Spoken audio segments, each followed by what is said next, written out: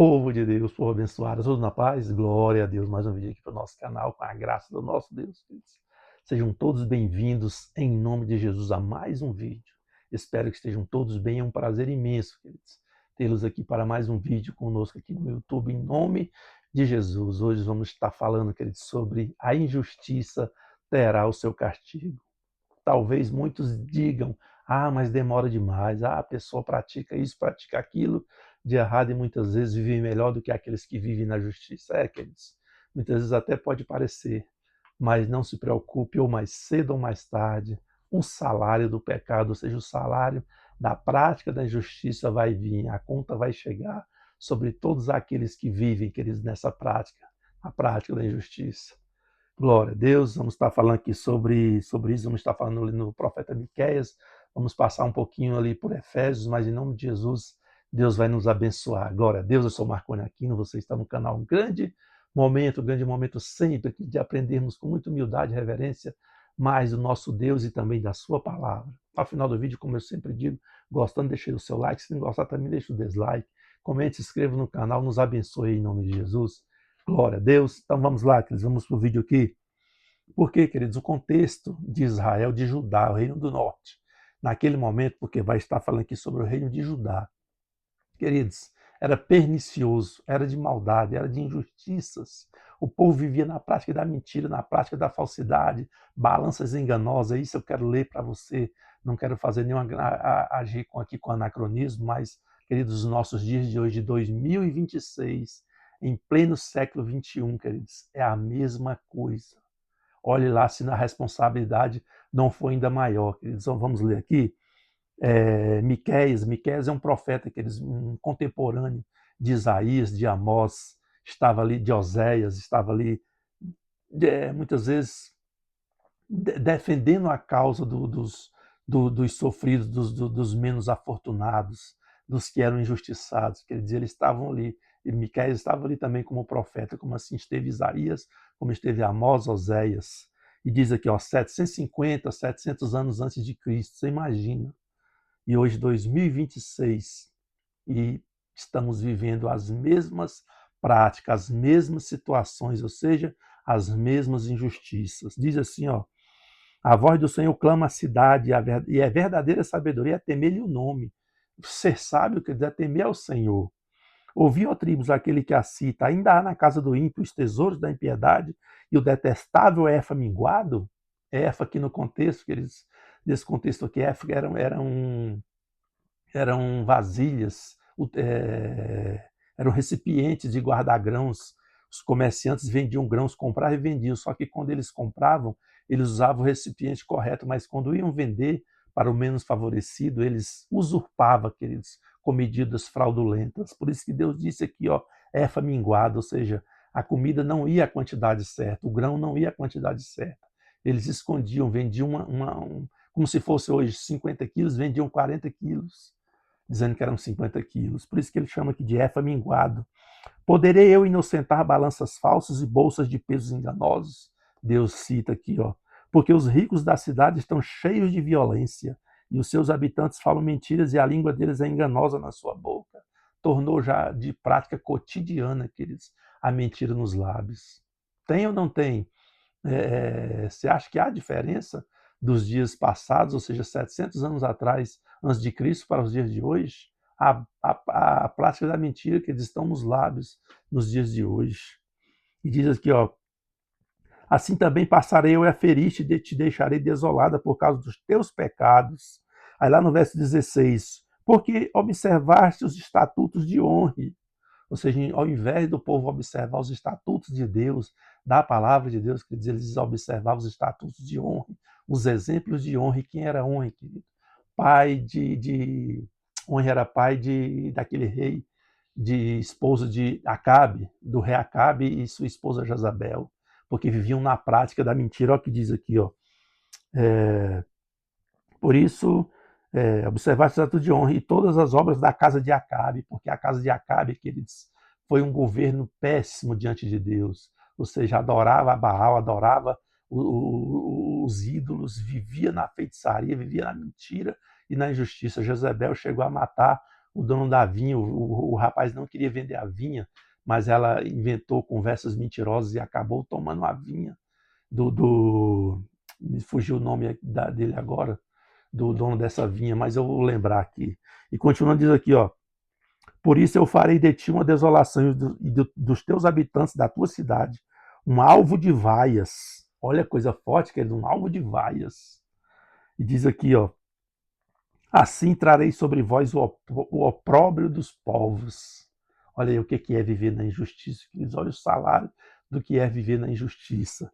Aí diz aqui, ó, porque muitas vezes, queridos, o ruim não são a proliferação dos maus. O ruim, queridos, o horrível é muitas vezes não ter nem o justo poder abrir a sua boca e defender a sua causa, porque diz aqui, ó, pereceu da terra o piedoso, e não há entre os homens um que seja reto. Olha só, todos se espreitam para derramarem sangue, cada um caça a seu irmão com rede, ou seja, fraudulentamente, fraudando as situações, mentindo, corrompendo, passando a perna, queridos, uma vergonha. E continua a dizer aqui, ó, as suas mãos estão sobre o mal e o fazem diligentemente. O príncipe exige, aqui é forte, queridos. Aqui é o nosso contexto escrito, é como se estivesse vendo os nossos dias de hoje, as nossas autoridades, os nossos governantes, a nossa justiça. Porque diz aqui, ó, isso o que, queridos? Legislativo, executivo e judiciário, olha só. As suas mãos estão sobre o mal e o fazem diligentemente. O príncipe exige condenação. Olha só aí o que faz o juiz? O juiz aceita suborno. Ou seja, o presidente exige condenação e o ministro exige suborno. Você sabe de quem que eu estou falando.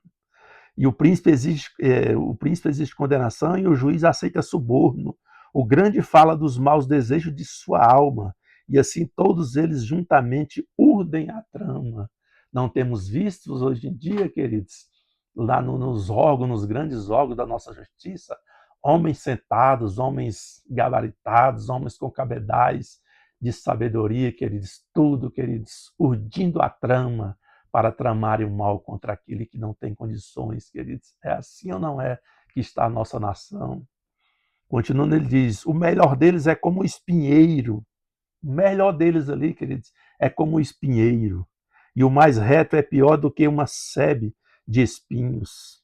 É chegado o dia anunciado por tuas sentinelas, o dia do teu castigo, aí está a confusão deles. Eita Deus, não tem, queridos, não tem como fugir dessa justiça de Deus. Ou mais cedo ou mais tarde vai chegar a conta, queridos, dessa injustiça, dessa opressão dos pobres. Quero levar você agora lá no livro de Efésios, queridos, porque aqui nós temos que estar vacinados, queridos, contra esse tipo de prática, contra esse tipo de vida, essa acomodação no meio da injustiça, no meio das coisas fraudulentas, querendo se dar bem em tudo. Só vale os bens materiais, as coisas materiais. Ninguém se preocupa mais com a vida espiritual, estão querendo somente se dar bem, queridos. Então eu quero ler essa passagem aqui, ó, para você. Está lá em Efésios 3. Vamos ler juntos aqui, ó. Por esta causa, aqui o apóstolo Paulo falando, queridos. Por esta causa me ponho de joelhos diante do Pai. E olha só o que Paulo, por quem Paulo está intercedendo? Quer dizer, é por mim, é por você, é por todos nós, é por toda a humanidade aqui, pela fé falando, queridos. Que ele diz aqui, ó, de quem toma o nome toda a família, tanto no céu como sobre a terra. Quando eu falo de todo o universo, de todos aqueles, quer dizer, porque Paulo está orando aqui para que as pessoas venham se conscientizar de andar na presença de Deus, queridos. E ele disse aqui, ó, de quem toma o nome toda a família, tanto no céu como sobre a terra, ou seja, todos, toda a nação, para que, segundo a riqueza da sua glória, vos conceda que sejais fortalecidos com poder. Olha aí, queridos. Mediante o seu Espírito no homem interior. Queridos, se o Espírito Santo não habitar em nós, não tomar as direções das nossas vidas, queridos, vamos estar juntos com esses praticando a injustiça. Quando você menos espera, você está fazendo parte. Você está na mesma panela, queridos. Que Deus nos livre disso. E diz aqui, ó, verso 17, capítulo 3 de Efésios, verso 17 agora. E assim habite Cristo no vosso coração pela fé, ou seja, primeiro o Espírito Santo habitando dentro de nós, que ele dizia assim, nós sentindo a presença do nosso Senhor e Salvador Jesus Cristo. Porque ele não disse, eu vou, mas enviarei para vós outro Consolador. Oh, aleluias! É ele que prescruta, queridos, todas as coisas do Pai. E diz aqui, ó, e assim habite Cristo no vosso coração pela fé. Não é, queridos, você vendo materialmente, eu quero ver Jesus em carne e osso habitando no meu coração. Não tem como, queridos. Seria tolice pensarmos assim. É pela fé. É aquilo que você não vê, mas você já está crendo que está com ele nas mãos. E assim habite Cristo no vosso coração pela fé, estando vós arregados e alicerçados em amor. Não adianta estarmos arregados e alicerçados na injustiça. Não vamos sentir a presença de Deus, queridos. Por que muitos hoje oram, clamam e dizem, eu não consigo mais sentir a presença de Deus? Porque o amor se foi, queridos. A justiça não é mais praticada. E continuando dizendo assim, a fim de poderdes compreender.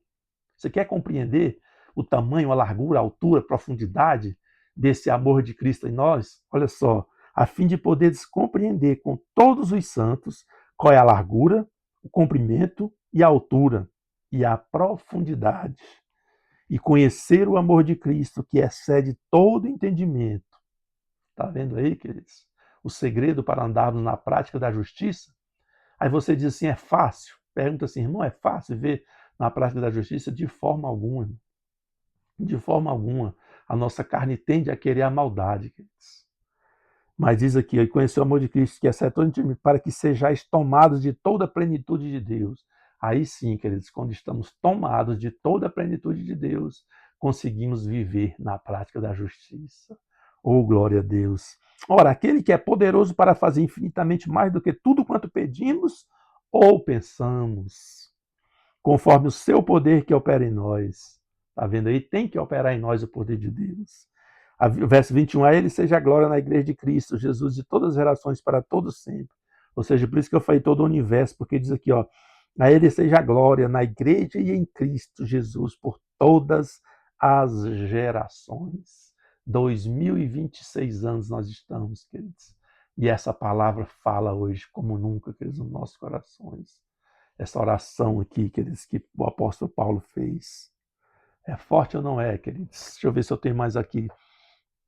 Mais alguma? Vamos lá, Isaías. Porque muitas vezes, queridos, nós queremos fazer justiça com as nossas mãos. Queridos, muitas vezes você fala, mas está demorada, essa justiça de Deus não chega. A pessoa pratica maldade e vive aí como se não tivesse praticado nada. A gente que vive na justiça sofremos muito mais. Queridos, pode até parecer para este mundo, mas eu tenho certeza e creio, queridos, que o Senhor fará justiça, ou mais cedo ou mais tarde. E muitas vezes queremos passar na frente de Deus, tomar o bastão, tomar ali o poder de Deus e querer agir com as nossas próprias mãos, achando que sabemos fazer alguma coisa, queridos. Sabe o que é a nossa justiça? Vou te mostrar aqui, está lá no livro de Isaías, no capítulo 64, verso 6. Olha só o que é a sua e muitas vezes a minha justiça quando queremos fazê-la. Olha só o que é. Vamos ler aqui, ó. Mas todos nós somos como o imundo. Todos nós somos como o imundo, da imundícia. Todos nós murchamos como a folha, e as nossas iniquidades como um vento nos arrebatam. Mas todos nós somos como o imundo, e todas as nossas justiças como o trapo da imundícia. Está vendo aí, queridos? Não queira praticar justiça com as suas próprias mãos. Quando olhamos para alguém e queremos fazer justiça com as nossas próprias mãos, o Senhor diz que a nossa justiça é como trapo de imundícia. Não temos condições de julgar ninguém, queridos. Por mais que pareça perverso, por mais que o seu sofrimento seja atroz, seja difícil, queridos, não tem como. Espere no seu Deus, pois Ele fará justiça no tempo correto, no tempo certo. Vou ler mais uma vez, ó. Mas, Isaías, capítulo 64, verso 6. Esse também é contemporâneo de Miqueias. Olha só. Mas todos nós somos como o imundo. Ele não nos chama de imundo, mas fala que nós somos como. Diz aqui, ó, mas todos nós somos como o imundo, e todas as nossas justiças como o trapo da imundícia. Todos nós nos chamamos como a folha, e as nossas iniquidades como um vento nos arrebatam, porque somos falhos, queridos. Aquilo que nós acusamos, o nosso opressor, aquele que está lá fora, muitas vezes da falha, da injustiça, muitas vezes, se nós não vigiarmos, que estaremos fazendo a mesma coisa. Então, entregue para Deus, deixa Deus julgar. Lá em Pedro, lembrei de uma passagem agora, lá em, deixa eu ver se é a 1 Pedro, vamos comigo, lá em finalzinho da Bíblia, vamos pegar aqui Pedro, lá no final, vamos lá, vizinho de Apocalipse, vizinho das cartas de João. Diz aqui, deixa eu ver se eu vou lembrar aqui a passagem para vocês, olha só.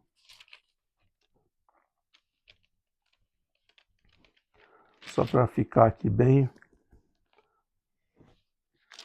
Deixa eu pegar aqui. Oh, Jesus. Deixa eu pegar aqui rapidinho.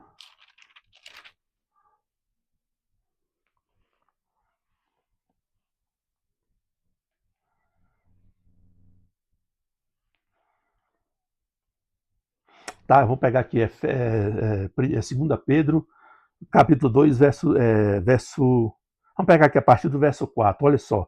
Ora, se Deus não poupou anjos quando pecaram, tá vendo isso aqui, querido? Se Deus não poupou anjos quando pecaram, antes precipitando-os no inferno, tá vendo aí? Os entregou a abismo de trevas, reservando-os para juízo.